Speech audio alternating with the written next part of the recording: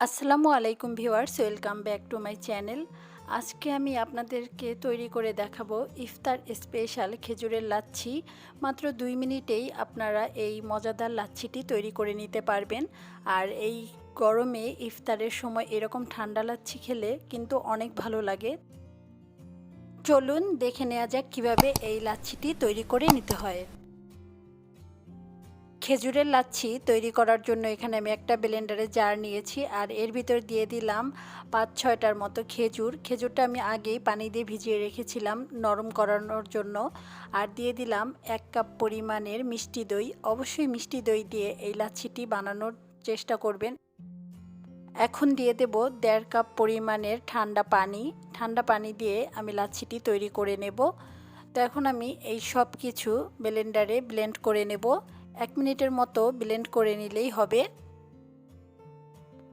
সব কিছু ব্লেন্ড করা হয়ে গেছে। তো এখন আমি এই লাচ্ছিটা সার্ভ করে নেব। এই জন্য 2টি গ্লাস নিয়েছি আর এখন আমি এই গ্লাসের মধ্যে ঢেলে দেব। এই গরমের সময় ইফতারের পরে এরকম ঠান্ডা ঠান্ডা লাচ্ছি খেতে কিন্তু অনেক ভালো লাগে।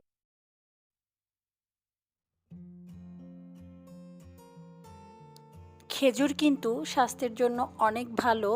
তো এই খেজুরের লাচ্ছিটা খেলে কিন্তু শরীরে অনেক বেশি এনার্জি পাওয়া যায় আর এটা সারাদিনের ক্লান্তি দূর করে দেবে। তো আপনারা কিন্তু বাসায় এই লাচ্ছিটি ট্রাই করতে পারেন।